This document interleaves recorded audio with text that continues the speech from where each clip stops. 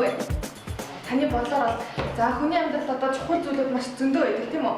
За таны бодлоор хамгийн таны хувьд одоо хамгийн чухал үнэтэй гэсэн зүйл чинь одоо юу вэ? За гэр бүл мэдээж тийм үү? Хүний амьдралын мэдээж үр хүүхэд хайр нэгжил тийм үү? Мэдээж хамгийн чухал нь гэр бүл байдаг тийм. За гэр бүл гэж юу юм бэ гэхээр за гэр бүл гэж юу юм бэ гэхээр хүний амьдралын хамгийн чухал нандин ертөнц бол хайр сэтгэл юм гэж байна тийм үү? За мэдээж хайр сэтгэл дээр үндэслээд хүмүүс гэр бүл болдог тийм үү? Тийм үү? За ямар ч хайр сэтгэлгүйж хоёр хүмүүсийн гэр бүл болдог уу? Болохгүй шүү дээ мэдээж тийм. Хайр сэтгэл дээр үндэслээд гэр бүл болдог.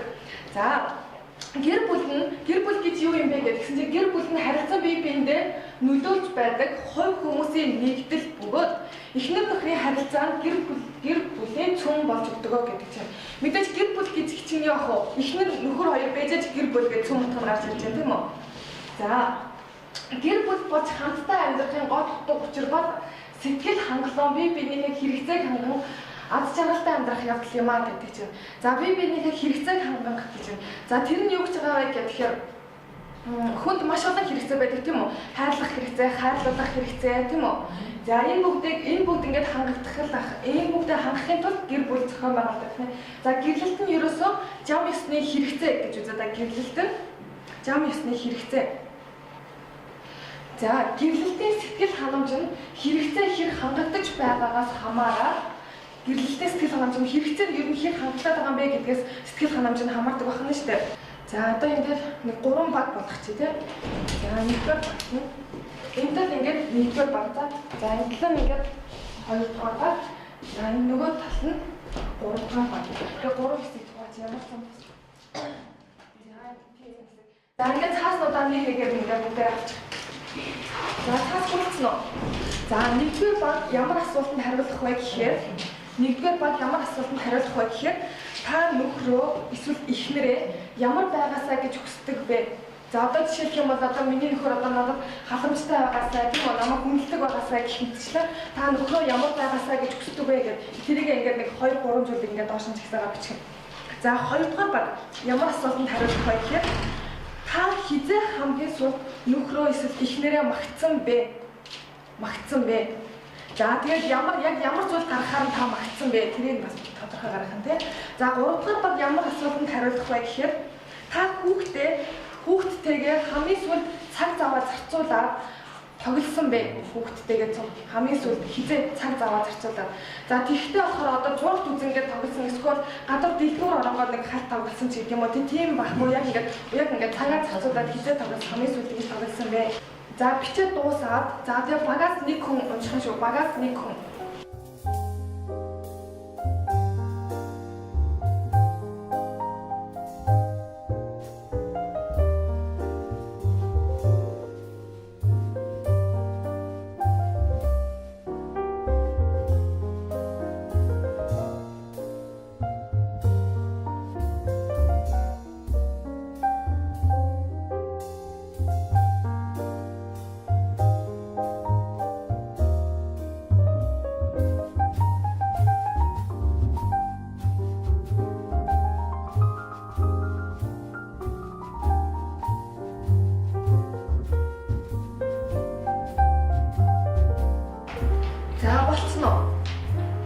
За нэгдүгээр багаас за салаараа би уншия гэсэн байна уу? Салаараа унших юм байна. За нэгдүгээр багаас би унших болтгоо учраас за нэгдүгээрт нь юу гэж хэлсэн байна гэхээр нэгдүгээр асуулт нь болохоор та нөхрөө эсвэл эхнэрээ ямар байгаасаа гэж хүсдэг вэ гэж асуусан тийм. За энд ямар хариулт өгсөн байна гэсэн чинь нэгдүгээрт нь миний нөхөр гэр бүлтэй хайр халамжтай байгаасаа гэж хэлсэн байна. За нөгөөх нь за гэр бүлээрээ насан туршдаа аз жаргалтай амьдрах юмсан гэж бичсэн байна. За 3 дугаар багаас та хүүхдтэйгээ хамгийн сүүлд цаг зав гаргаад хизээ тоглосон бэ гэж асуулт хариулсан байна уу? Би хүүхдтэй шинэ жилээр тоглосон да. За шинэ жилээр л тоглосон уу? Тий, нэгдүгээр бол дөмсөн юм дээр очиж. За тий. Тэрээс тий шинэ жилээс хойш ерөөсөө сайн тоглоогүй байна. Тоглоогүй. Аха ингээ бодоод үзэх ерөөсөө цаг заваа зарцуулаад тоглосон цөөхөн байна. За тэгвэл одоо хичээлээ цааш нь өргөжлүүлээд байгаа тийм. За та эхнэрээ нөхрөө ямар байгаасаа гэж хүсдэг вэ гэсэн асуулт байсан тийм. За энэ дээр болохоор эрэгтэй хүн эхнэрээсээ юу хүсдэг вэ гэдэг. энэ дээр хариулсан байна л да. За нэгдүгээр нь эрэгтэй хүн эхнээсээ юу хүсдэг вэ гэдгсэн чинь бэлгийн сэтгэл ханамж, хангалуун байдал тийм үү? Бэлгийн сэтгэл ханамж өгдөг ихнэр. За хоёрдугаарт нь чөлөөт цагийг хамт өнгөрүүлдэг ихнэр. Чөлөөт цагийг хамт өнгөрүүлдэг ихнэр. За гуравдугаарт нь цэвэр цэмцгээр дур булааны ихнэр. За дөрөвдүгээрт нь өөрийг нь дэмждэг, хүндэлдэг, магтдаг ихнэр. За тавдугаарт нь гэр орноо сайхан авч явдаг ихнэр. За эрэгтэй хүн нөхрөөсөө ийм юмнуудыг хүсдэг байх нэ. За чөлөөт цагийг хамт өнгөрүүлдэг ихнэр гэдэг чинь. За энэ зарим эхнэрүүд яадаг гэдэг ажилласаа орж ирчээл тийм үү. Нөхөр нь ингээд гэртээ байж л хоёулаа ингээд хоёр тишээ ажилласаа ядарч орж ирэл хоёр тишээ хараад хөвчдөг тийм үү. Нэг нь зургатаа үзэл нэг нь тэрүүгээр ингээд хоолндоо ингээд тэгэж ингээд хөвчдөг тийм. За чөлөөт цагийг хамт өнгөрүүлдэг ихнэр аль болох нөхөртөө ихнэр тэгээ цав зав гаргаад хоол хийж явах юм бол хажууд нь очиж туслаад ядаж тийм үү. Гэртээ байгаа нөхөртөө хоёулаа байхдаа ингээд туслаад.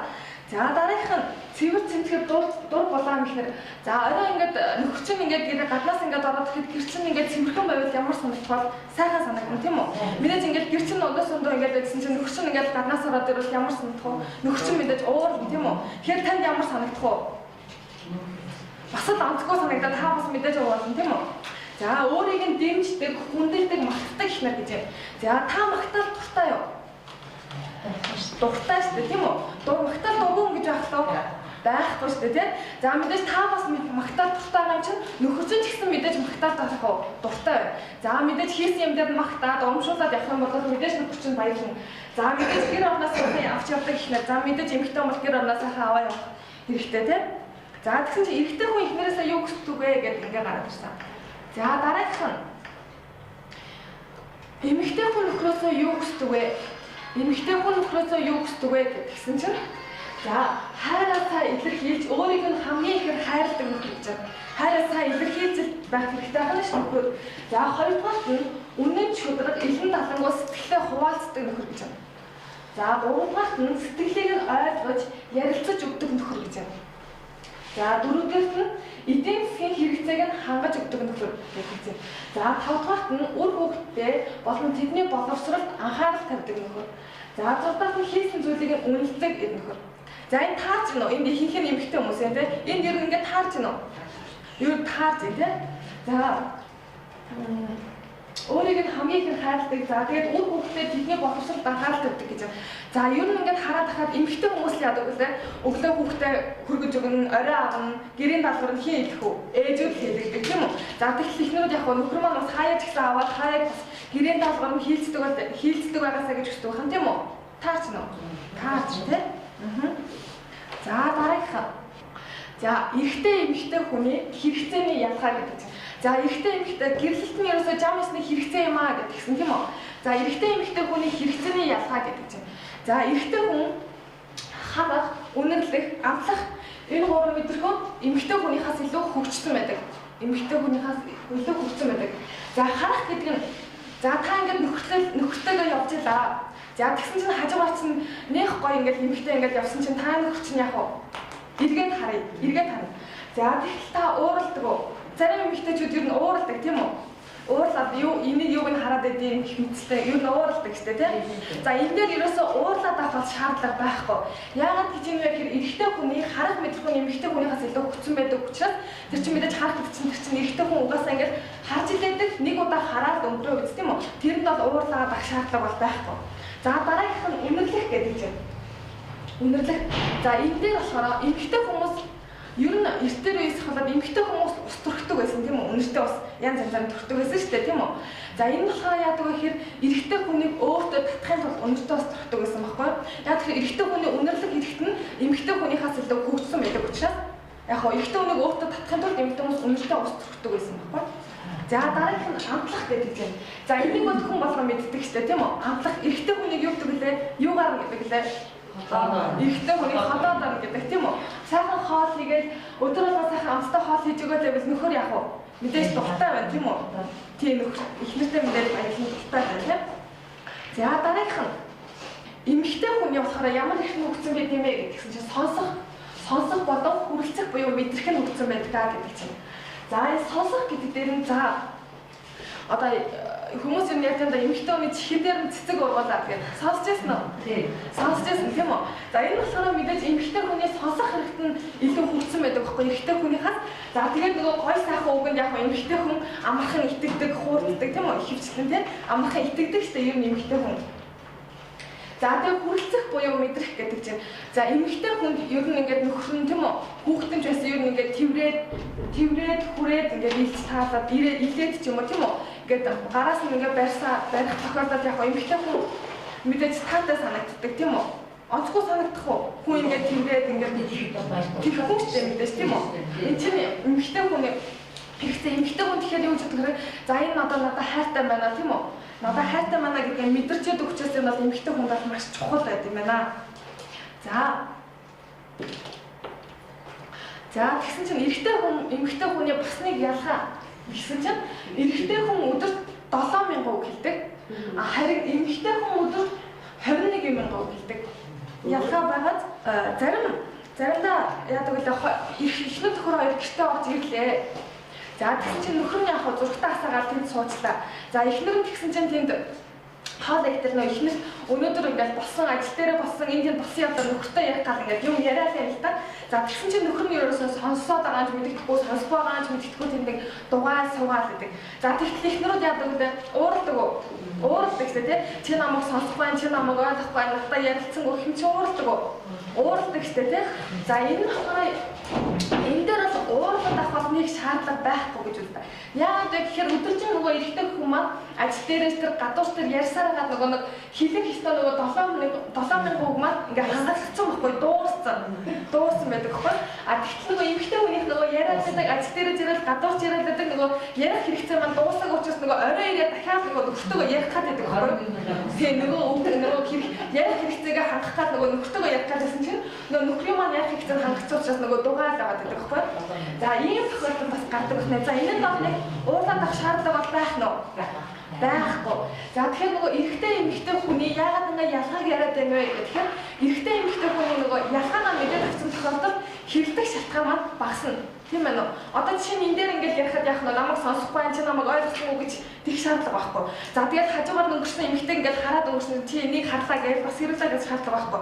Тэр чинь яагаад тэгэхээр нөгөө эрэгтэй хүний онцлог гэж нэг юм байгаад байгаа. Эмэгтэй хүний онцлог гэж нэг юм байгаад байгаа тийм үү? Эрэгтэй эмэгтэй хүний бас ялгаа аваад байгаа тийм. За тэгсэн чинь дараагийн нь баярлах тал дээр хүртэл ялгаатай байдаг гэдэг чинь. За эмэгтэй хүмүүс ер нь айлуулах нөхрөөгөө айлуулах ингээд баярлуулах гэдэг тийм үү? Жижиг сажиг юм дээр ч гэсэн хоолоо исэн ч гэсэн ингээд гоё хоол хийгээд өгчих гоор тийм үү? Баярлуулах гэдэг. А тэгтэл зарим тэгээд эмэгтэйчүүд ингэдэг штэ. Маа нөхөр ерөөсөө намайг баярлуулах гаяа би ингээд баярлуулах чинь намайг ерөөсөө баярлуулахгүй ингээд тэгдэг үү? Тэгдэг штэ тий.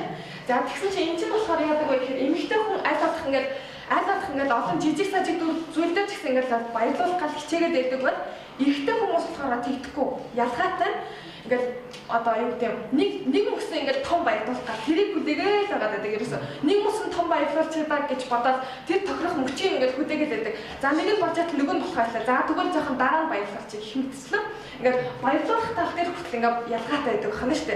За тэгэхээр манай нөхөр ерөөсөө намайг ингээд баярлуулдаггүй. Ерөөсөө би ингээд баярлуулах чинь намайг ерөөсөө баярлуулдаггүй гэдэг штэ тий. За энэ нь болохоор ингэдэг байх нэ. За тэгээд мэдээж одоо нөгөө хэрэгцээ ингээд эмэгтэй хүний одоо анхаарал халамж дутгах тий.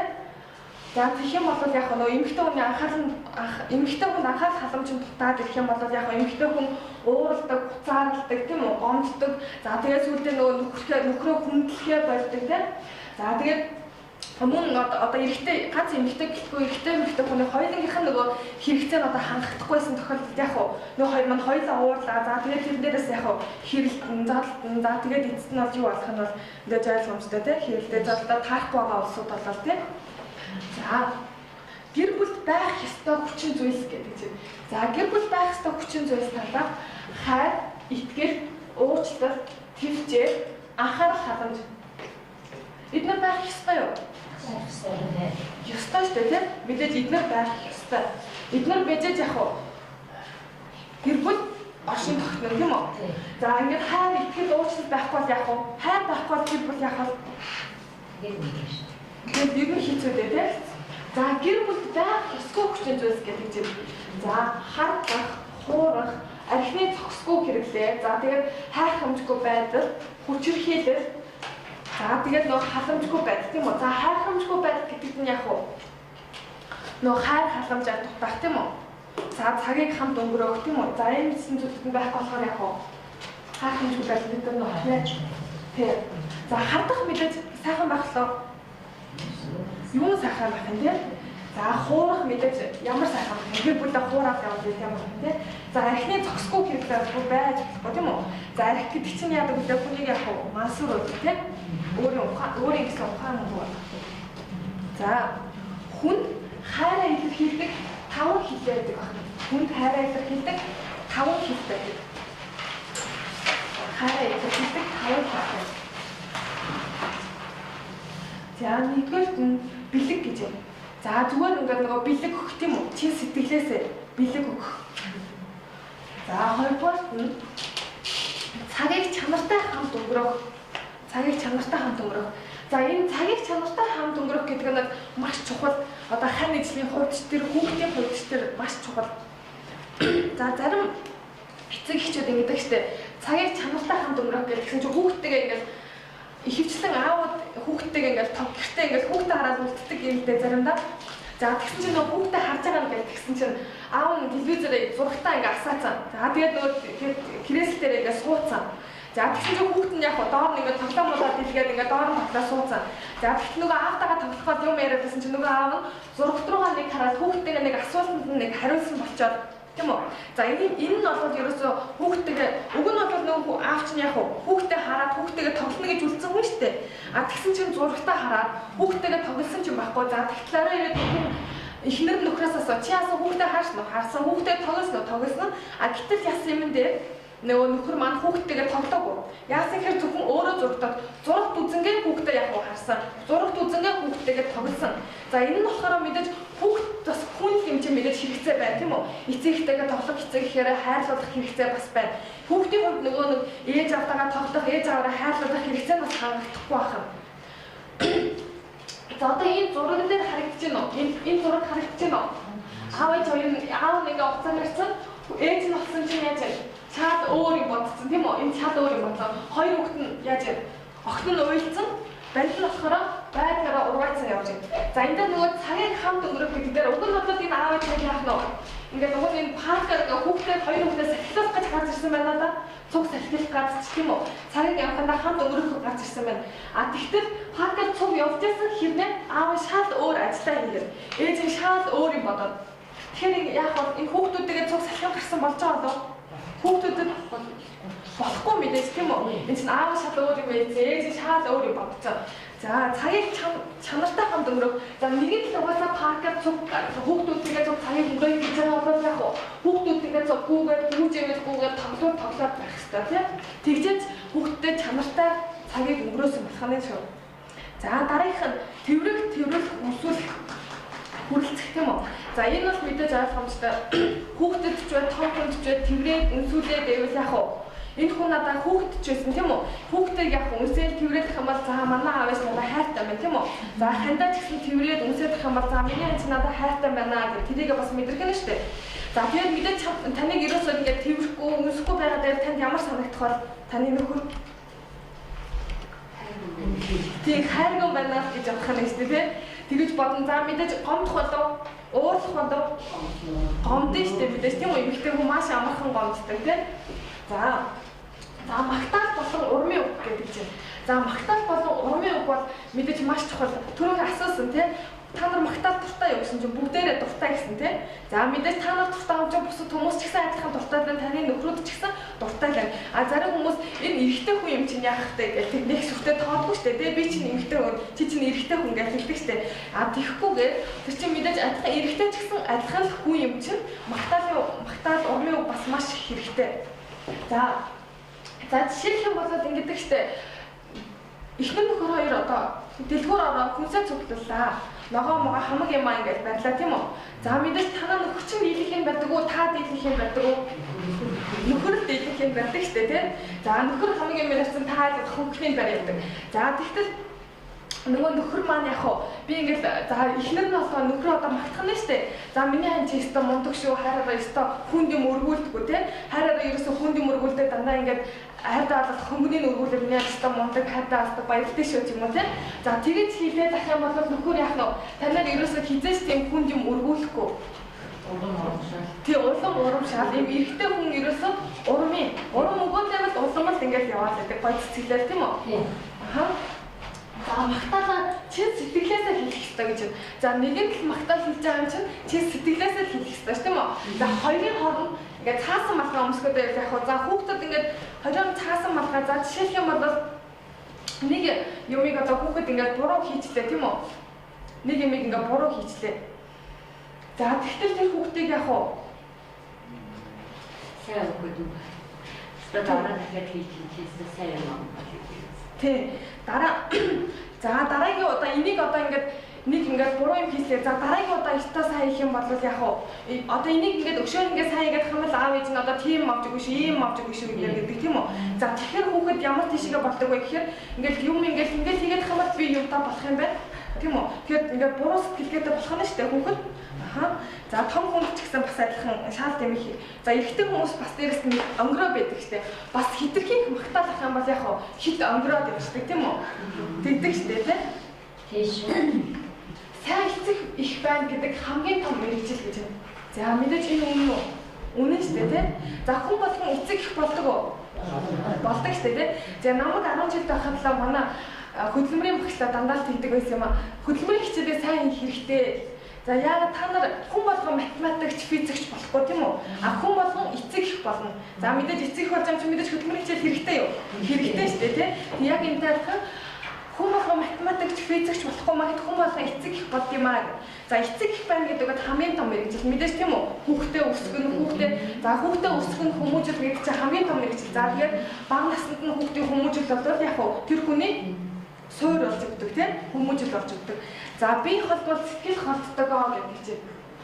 За энэ дээр бие холбол сэтгэл холддог зарим эхнэр нөхрөөд яг хэрэлтчихэд нэг нөгөө өрөөнд ороод унтаад өгдөг тийм.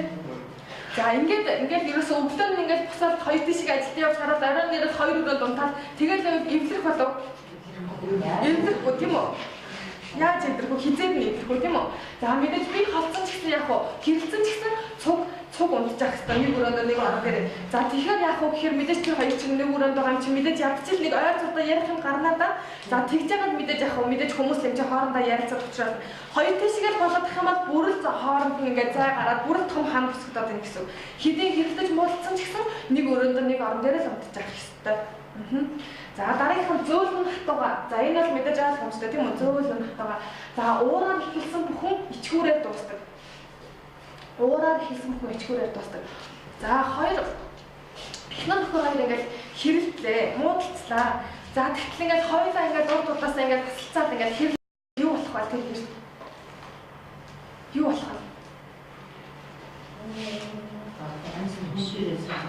Нилээ юм бол надад тэр хэсэг нилээ ширүүн хэрүүдэг өнөөдөр болохгүй тийм үү мэдээж. За тэгэхээр мэдээж нэг нь ингээд хэрүүл хийгээд ууртаа байсан тохиолдолд нөгөөдг нь ингээд буулт хийх хэрэгтэй. Ядаж тэрүүхэн дэндээ ингээд хэдийн уурчин хүрчээсэн ч гэсэн яг уу тисээд тийм үү өнгөрөх хэрэгтэй. За дараа нь нөгөөдгийнх нь ингээд уур гарцсан тайвшир цаана одоо нөгөөдг ингээд арай атаахнаар ингээд яаж үзэх нь шүү дээ. За бусдыг өөрөөсөө илүү хайр тэгвэл тэр чамайг тэрнээс ч илүү хайрлана гэх. За эрэгтэй хүн шүү дээ 50% бууж өгөх юм бол одоо 50% бууж өгөх юм бол эрэгтэй хүн дараа нь 75% хүртлээр бууж өгдөг. 75% хүртлээр бууж өгдөг. За ингээд эмэгтэй хүн бүр 100% буугаад өгчих юм бол дараагийн удаад эрэгтэй хүн 200% хүртлээр яг бууж хийж өгдөг. Тий. Энэ удаадаа минийэр ингээд буулт хийгээд ингээд ойлгоод ингээд яцаад өгсөн чинь яг эрэгтэй хүн бодох нь шүү дээ. За энэ удаад надаа би буулт хийжээ тийм үү? Тэгээд бодох нь шүү дээ. За одоо энд нэг санжаа байна л да. Энд дээр болохоор би гэсэн хариулт бүрдээ нэг оноо өгөөрэй гэж. За тэгэхээр бүгдээрээ нэг гэж тавьж байгаа дараалт нь хэрвээ миний асуултанд би гэж хариулах юм бол ард нь нэг оноо тавих нь шүү дээ. Бүгдээрээ цаасан дээрээ. За нэгдүгээр асуулт нь та хоёрын хэн нэгэн амьдралын идэвхтэй байдаг вэ? Та хоёрын хэн нэгэн амьдралын идэвхтэй байдаг вэ? А хэрвээ би гэх юм бол нэг оноо өгөх нь шүү дээ. А хэрвээ би биш манай нөхөр шиг юм эхнэр авах юм бол оноо өгөхгүй байх нь. Ойлгосон тийм. Чамд сонжооны журмыг ойлгосон уу? Ойлгосон тийм. За нэгдүгээр асуултаа хариулсан уу бүгдээрээ? За хоёрдугаар асуулт нь хинэн хүүхдтэйгээ цагийг илүү их өнгөрүүлдэг вэ? Хинэн хүүхдтэйгээ илүү их цагийг өнгөрүүлдэг вэ? За би гэсэн тохиолдолд 1 оноо тавих байна тийм. Би бишээ гэсэн тохиолдолд оноо тавих байна.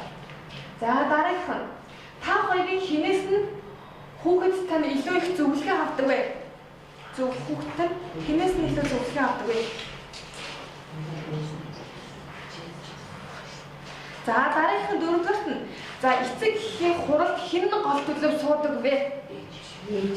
За мэдээж ээжүүд нэгдүгээр суудаг тийм. За дараагийнх нь 5 дахь асуулт. Хүүхдийнхээ баярыг ер нь хэн гол төлөв зохион байгуулдаг вэ? За мэдээж асуулт ээж гэж таарлаа тийм. За дараагийнх нь 6 дахь нь хэн их ном сэтгүүл уншиж өөрийгөө боловсруулдаг вэ? За аав гэсэн тийм. За мэдээж аав гэж амж мэдээж оноо авахгүй байх юм тийм. За дараагийнх нь 7 дахь нь та хоёрын хэн нь гол төлөв гэртээ оройтож ирдэг вэ? За гэж юм тийм. За дараагийнх нь амралтаараа хаашаа яваа хэн нь төлөвлөж гаргадаг вэ? За ээж юу. За дараагийнх нь хин чин илүү сэтгэлээр амархан ундаг вэ? За ээж юу. За дараагийнх нь хин чин үргэлж гэрээ цэвэрлэж хогоо гаргаж хайдаг вэ? За мэдээж бас л би болж тааж тийм. За дараагийнх нь хэн нь гол төлөв хоолоо хийдэг вэ? За бас л би болж таалаа. За дараагийнх нь хэн чинь илүү хоол хүнсээ цуглуулж дэлгүүртөө явдаг вэ? За бас л би болж таалаа тийм. За дараагийнх нь зургтны өмнө хэн илүү цагийг өнгөрүүлдэг вэ? За мэдээж болж таалаа. За дараагийнх нь найс нөхдөө гэртээ хэн нь гол төлөв урьдаг вэ? За ээжүүд бас хаяа урьдаг тийм. За хэн нь гол төлөв гэдэг нь бас бодож байгаа хариулга нь. За дараагийнх нь хэнд чинь өглөөх чөлөөт цаг гардаг вэ? Чөлөөт цаг. За бодоод аав дахь ээж хоолой тийм гэрээ цэвэрлэх хөвгтэй аав хэлсэн. За дараагийнх нь гэр бүлийн төсвийг хэн нь төлөвлөж гаргадаг вэ?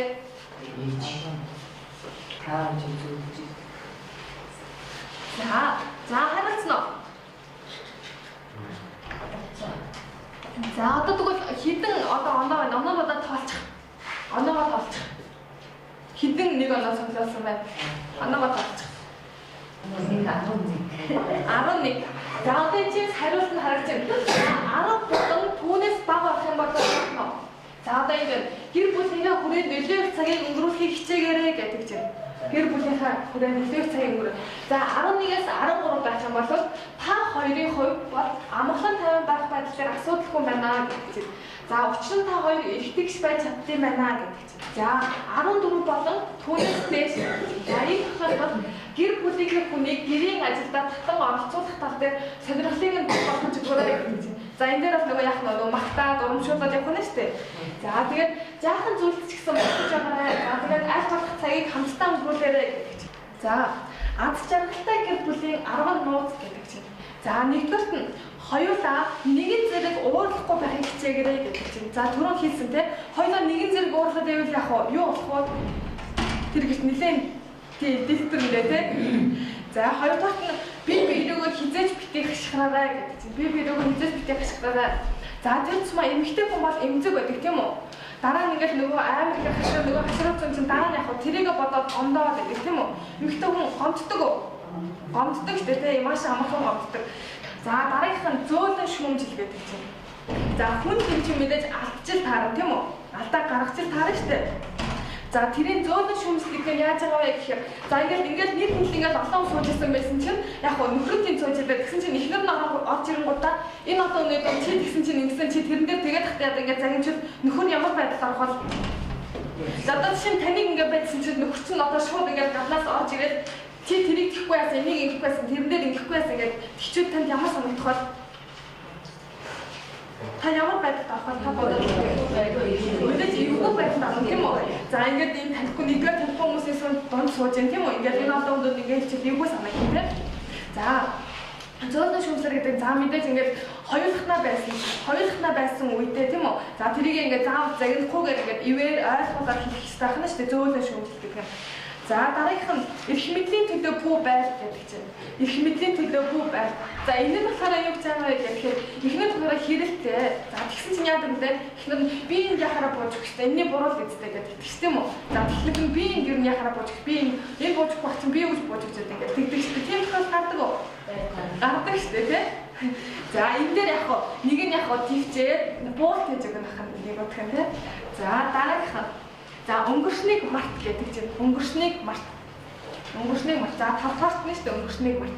За энэ нь яг муудалцах болгондоо яг чи өмнө нь тэгсэн бидтэй чи өмнө нь тэгээ бидтэй гэж хаагаас өмнөхийн юм өсөх гэж ирээл ингээл юм ярьдаг тэгдэг үү. За энэ нь бол гэр бүлийн асуудалд маш одоо муухай эсвэл ямар ч зүйл ингээл таныг одоо чинь хаа байсан бүр надлан байдлаа хэдэн сарын болсон юм чинь чи тэр дээр нэрээ тэгсэн бидтэй гэж хэрүүлээгээд тань ямар санагдах вэ? Онцгүй санагдаж шүү дээ. Тэрнтэй адилхан таныг нөхөртч бас мэдээж онцгүй санагдана. За дараагийнх нь түүнийг үл тоомсорлож болохгүй гэдэг чинь. За мэдээж таныг үл тоомсорлоход байвал ямар санагдах бол сонсоогүй юм шиг санагдаад хийсэн юм чинь чийгээгүй юм шиг ингээд байвал ямар санагдах бол онцгүй санагдаж шүү дээ. Яавч сайхан санагдахгүй тийм үү? Мэдээж танд онцгүй санагдах юм чинь таны нөхөр таны ханд ч гэсэн онцгүй санагдана тийм. Мэдээж юмыг дандаа өөр дээрээ ихэлж бодоод надад ямар ийм тохиолдолд ороод надад ямар санагдах вэ тийм. За мэдээж адилхан хүн юм чинь нөгөө ханд чинь ч гэсэн яг тгий санагдах нь шүү дээ. За дараагийнх нь орондоо орохдоо заавал эвлэрч байгаараа гэдэг чинь. За түрүү хийсэн те хоёр дэсээ хараад хоёр өрөөнд ингээд байгаад өглөө ажилтаа яваад ингээд их юм бол хизээд нь эвлэрэх цаг гарах юм те мэдээж эвлэр. За дараагийнх нь магтаал бол маш чухал гэх юм аа гэж. За түрүү хийсэн. За уучлалтгүй чаддаг байх хэрэгтэй гэдэг чинь. За мэдээж уучлалтгүй гэдэг бол маш чухал маш том зүйл тийм үү мэдээж. За би энэс юм яасан гэж уучлахгүй энэс буруу юм шиг тийм үү тэгдэг үү тэгдэг штэ тий. За тэрний оронд яг одоо би тэгсэн байна нэг удаа яг за яг та нэг удаа буул тэгээд үз хоёр удаа буул тэгээд үз гурван удаа буул тэгээд үз тийм үү. За тэгээд дахиад нөхөр чинь яг аяада одоо миний хам ингээ буул тэгээд байгаа юм чинь тий. Нөгөө чинь ингээ ойлгох нь штэ одоо би бас энэ удаад ингээ буул тийя би ингээ уучлахгүй тийя гэж бас хүн хэмжээ мэдээж бодох нь штэ тийм үү. Чин та ингээ бодоод өстөөр ингээ хэллээ ихнэр нөхөр чинь ингээ буул тэгээд ингээ 2 3 удаа ингээ дараалал заастаа уучлаараа ханыхан буруу ингээ уучлахгүй бол та ямар нэгэн бодогдох болов мэдээж бодогдсон шүү дээ тийм үү? Миний ингээ буулт юм чинь дараагийн за би нэг уучлахгүйгээр буулт хийчихдэг гэж бодогдсон шүү дээ тийм үү? За дараагийнх нь өөрийгөө шүүмжлэхээс бүү юм ээ гэдэг чинь. За ер нь ихэнх хүмүүс ер нь өөрийгөө шүүмжлэхдээ тун дургүй байдаг да тийм үү? Ер нь нэлээд дургүй байдаг шүү дээ тийм. Би ер нь яхаараа за миний буруу биш. Тэрний л буруу. Заавал ингээ буруугаа өөр бус руу чих гээд идэг штэ тий. Тэрний оронд за би энэ дээр яаж болох байсан юм бэ гэх тэрийг бас сайн бодох хэрэгтэй. За жишээлх юм бол за ингээ таны нөхөр ингээ дандаа оройтод байдаг гэж тий. За тэгтэл ихнэр орж ирэнгууд нь ингээл оройтод орж ирэнгууд нь хаагур юугаа ингээ яваад ирдэг гэж тэгдэг үү? Тэгдэг штэ тий. Хаагур юугаа яваад ирдэг хинтэйгээ яваад ирдэг юу ч гэдэг лээ. Тэгдэг штэ тий. За тэрний оронд ихнэр яг би төвтэй. За миний ань ингээд оройтод ах юм бол одоо хайрхан санаа зовоод байна. За тэгж загийнхаа оронд ингээд хэлбэл яах бол нөхөрчин ямар санагдах бол арай л ондоогоор бодогдсон ш тийм үү? За та жишээ нь тэгвэл та өөр дээрээ чи одоо та ингээд найзуудтайгаа уулзаад ингээд оройтод ороод ирлээ. За тэгтэл яах вэ? Ингээд нөхөрчин мэдээж одоо хоолоо игээг байгаа, гэрээ цэвэрлэг байгаа нөхөрчин ууртаагаа ингээд та бодоод үз. За тэгэл ингээд орсон чинь нөхөрчин одоо мэдээж өөдөөс чи юу гэх бол гэр орны юм хийхгүй хайж өдөрсөн магадгүй тэрэн штэ тийм үү? За тэрний чинь оронд одоо нөхөрчин нэн хайж өдөрсөн юм бэ одоо ханыхан санаа зовлоо гэх тэгвэл танд ямар санагдах вэ? Амар зөөлөн санагдаад хайшраа за тэгвэл яах вэ? Яс одоо харин яс юмудаа хийчихье гэж бодогдох болов? Тэгэж мэдээж тэгэж бодогдсон тийм үү? За яг энэтэй адилхан ер нь эмэгтэй хүн дандаа би төлөвтэй яриад за жишээлх юм бол оройчих юм бол одоо хайрхан санаа зовоод байна тийм үү? За одоо жишээлх юм бол орой ингээд ажилластай ингээд ороод ирсэн чинь нөхөрчин ингээд хоолоо чийгээгүй байж авал хоолоо чийгээгүй зурхтныхаа өмнө ингээд сууж авал танд ямар санагдах вэ? Их Анцгүйсэн. онцгой санагдана тий. За тэгээд тэгэн гут яах вэ гэхээр одоо энэ хоолоо хийж авахгүй яасан юмаа бэлтгэхгүй байсан ингээд мэдээж уурладаг тийм үү? Уурладаг штэ тий. За тэрний оронд одоо минь ингээд махаа гаргаад ингээд хоолоо бичсэн бол одоо хайр нэг баярлах байлаа. Тэгээд хэлвэл яах вэ? Тэгэхэд арай өөрөөр сонсогдно. Чи тэхгүй байсан, ингэхгүй байсан хэлээ гэхийн оронд одоо тэгсэн бол одоо харин үнээр ингээ хоолоо бэлдээд хийжсэн бол харин нэг хайдаа баярлах байлаа ч гэдэг юм уу те. Нэг удаа хоёр удаа тэгээд арай зөөлнөр сонсогдно те.